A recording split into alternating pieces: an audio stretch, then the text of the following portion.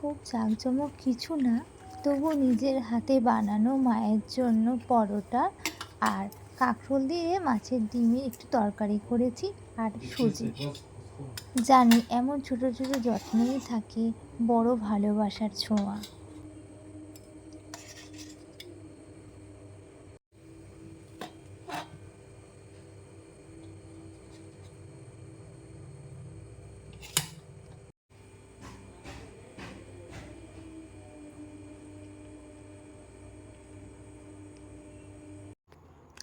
মা খেতে বসেছেন, মুখে একটা তৃপ্তির হাসি। এই হাসিটুকুর জন্যই তো সব রান্না, সব পরিশ্রম, সব ভালোবাসা। তো বন্ধুরা, জীবনের ব্যস্ততার মাঝে এইটুকু সময় করে নিয়ে যদি কারো মুখে হাসি ফোটানো যায়, তাহলেই তো দিনটা সার্থক। ভালোবাসা দিন, ভালো থাকুন। আবার দেখা হবে পরের ব্লগে।